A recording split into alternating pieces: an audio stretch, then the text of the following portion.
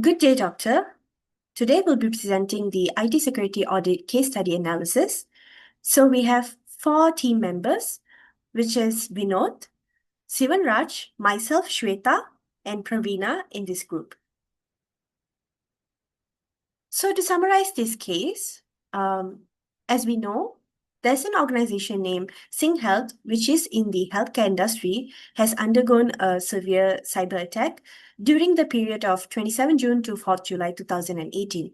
So to give an overview of this case, between 27 June and 4th July of 2018, Singh Health actually experienced Singapore's worst cyber attack, where data of 1.5 million patients, including the Prime Minister's data, was stolen by the state-linked hackers.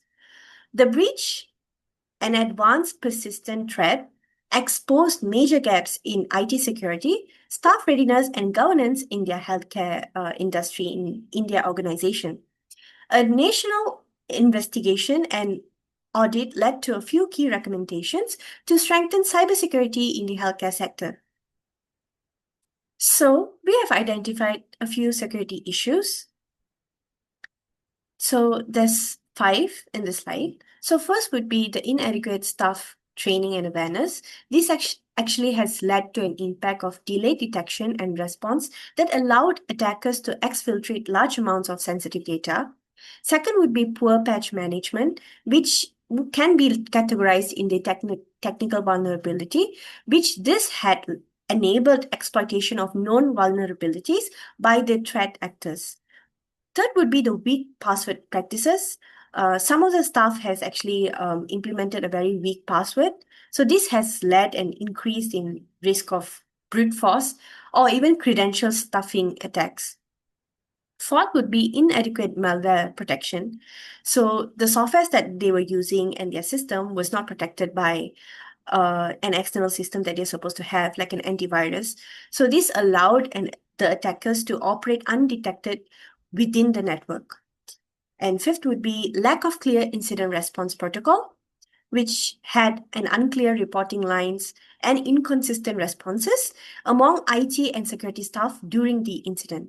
So this has impacted a prolonged incident duration and confusion in containment efforts. Next would be the delayed threat containment. So this has actually led to an increased extent of data loss and reputational damage. 7 would be inactive privileged account management. So there was a lack of tight controls and monitoring over privileged accounts that allowed attackers to escalate privileges after gaining entry. So this has impacted that the attackers were able to access and exfiltrate sensitive databases. 8 would be dismissal of early security concerns, which is an organizational cultural category that we can categorize this in.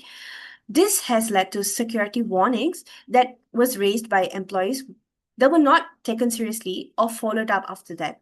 So this has impacted a missed opportunity to contain the threat early.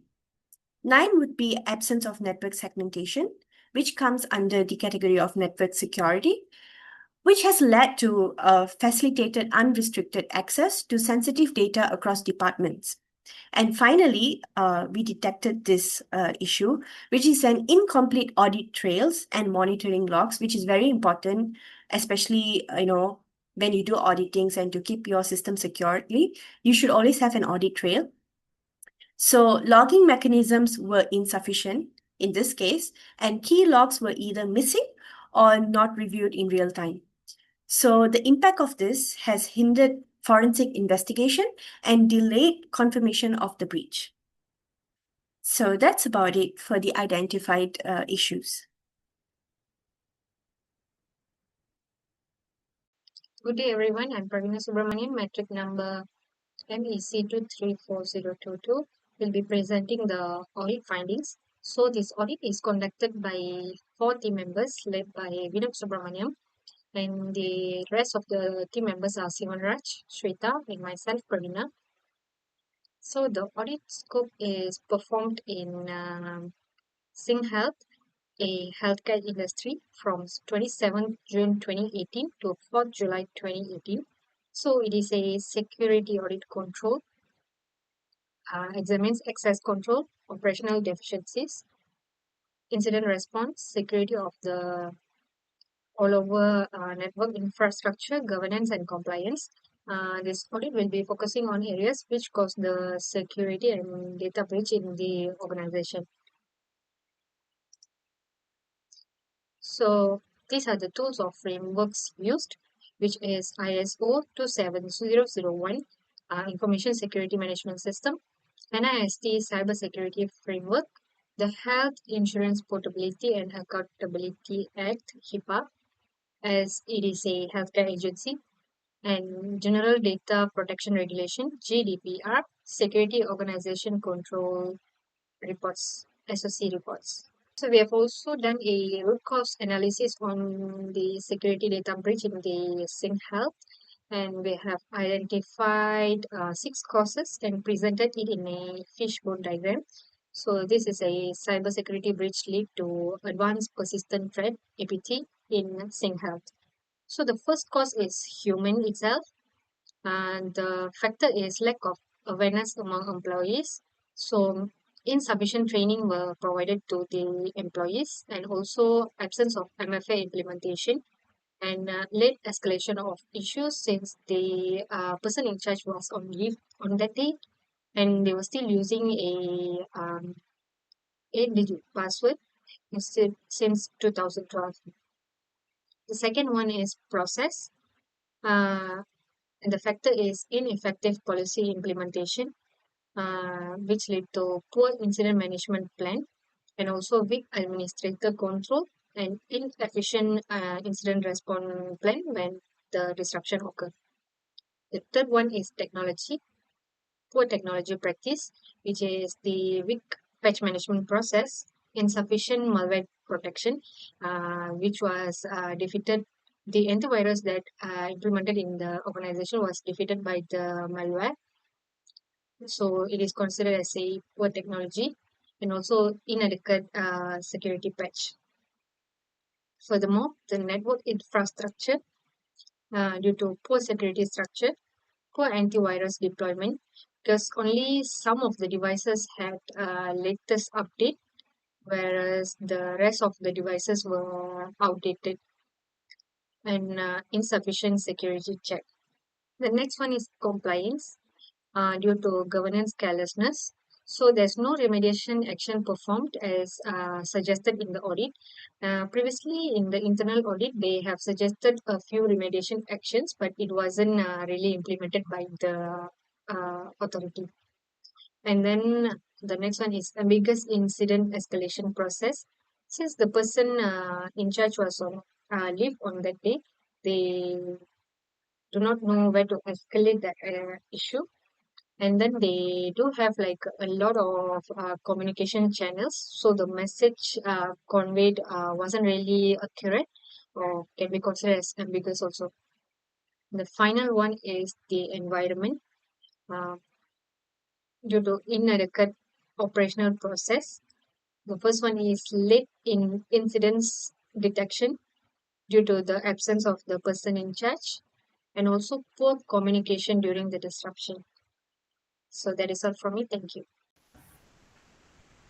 Good day, everybody. I'm Vinod. So I will presenting the next slide. That is recommendation. So for the innovative staff training and awareness. So the recommendation is a launch a mandatory and role-based cybersecurity awareness program. So for this is right for the short-term action itself. We recommend a e-learning and phishing simulation and need to be completed within 30 days. And this can demonstrate the immediate attack service and give management measurable click-through and report rate. And next is the security town hall. This will be a story-based and sharing on the breach lesson itself. And for the long-term plan itself, we recommend embed annual training plus quarterly drill in the HR policy itself. This can convert the awareness from a one-off event into a compliance requirement yearly. Other than that, do a security campaign network. This will help to create a uh, good behavior between the staff itself. So for the poor patch management itself, as per a critical research server actually missed a security update for 14 months. So for this, right, actually what we recommend is establish a robust and risk-based patch management process. So for the short term itself, we recommend to patch all the internet facing and critical infrastructure information server within the 28 days. So this will address the highest exposure asset first. Next, we also recommend to publish asset and vulnerability register. So it will give everybody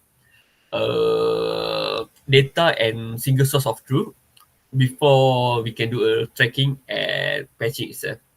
And for the long-term plan itself, we are recommendation to do a automated patching and plus monthly vulnerability scan. So this will be moving from the best effort to the policy and post remediation. And lastly, do a patch uh, compliance KPI on management dashboard. So it will give an information and data, real time data to the management and what is the percentage of the patch itself. Okay, next for the inefficient privilege account management, as you know, investigator found an administration password that is only 8 character and it didn't change since 2012. So for this, right, we recommend to enforce a strong control over the privilege account. So for the short term itself, force a reset password for all the admin and enable MFA. So this will remove any stolen or shared credential from play. And next is disable all the domain account. Okay, for the long-term plan itself, to deploy a privilege access management PAM with a session recording. So this will create a tamper-proof audit trail and access when needed only. Next will be quarterly access review audits, and this will ensure no new shadow admin appear between the review itself. Okay, next. And lastly, for the lack of clear incident control IR. So, as you know, there was a 10-day gap between the breach discovery and public disclosure, and this is partially due to the unclear escalation part itself. So, for this, right, we recommend formalize and reuse enterprise IR plan with a RACI and playbook plan itself. So, for the short term itself, draft an IR policy and draft an RACI matrix and also for the escalation list for the 24 by 7, and we recommend this to be done within the 16 days so everyone they know who need to escalate if anything happen. And other than that, we recommend a tabletop exercise on the data breach scenario itself so it will reveal the gap that was happened previously. Okay, next for the long-term plan itself, we recommend for semi-annual team read. So this will validate the playbook itself. And lastly, 24/7 security operation center with a SLA driven process. So this will help to monitor the organization itself. Okay. Greetings to my lecturer and my fellow members. I'm Sivanraj Rajendran and I will now present the risk assessment matrix that evaluates the 10 key security issues we identified during the Singhealth case. We assess each issue based on two factors, likelihood and impact, assigning an overall risk rating and setting the priority accordingly. So let me walk through the top critical risk. The first one with high risk rating will be the inadequate staff training and awareness was ranked critical with the highest priority. It was a key factor that threat detection and response, making it the most urgent to address. Ineffective privilege account management also received a critical risk rating. Attackers exploited this to escalate privileges and access sensitive databases, showing how vital account controls are. Absence of network segmentation came in a third critical issue. it allows attacker to move laterally between systems, significantly expanding the breach scope. Issues like poor patch management, weak password practices, and inadequate malware protection were rated high, reflecting widespread technical vulnerabilities that, while not immediately catastrophic, contributed significantly to the breach. Each issue's risk justification was carefully reviewed to ensure our priority setting support targeted remediation efforts. Okay, next I'll summarize the key lessons we have learned from this audit. The first key takeaway from the audit will be human error. Human error was a recurring theme. The breach could have been detected earlier if staff had proper cybersecurity training and clearer protocols. Several technical controls were outdated or missing, such as weak passwords, unpatched systems, and lack of network segmentation. These were exploited by attackers with minimal resistance. The incident response was slow and poorly coordinated. This reveals a lack of preparedness and clear leadership during crisis. We also found that privileged accounts were not properly monitored, enabling attackers to gain deeper access. Finally, insufficient monitoring and logging made it difficult to detect the breach early or investigate it thoroughly afterward.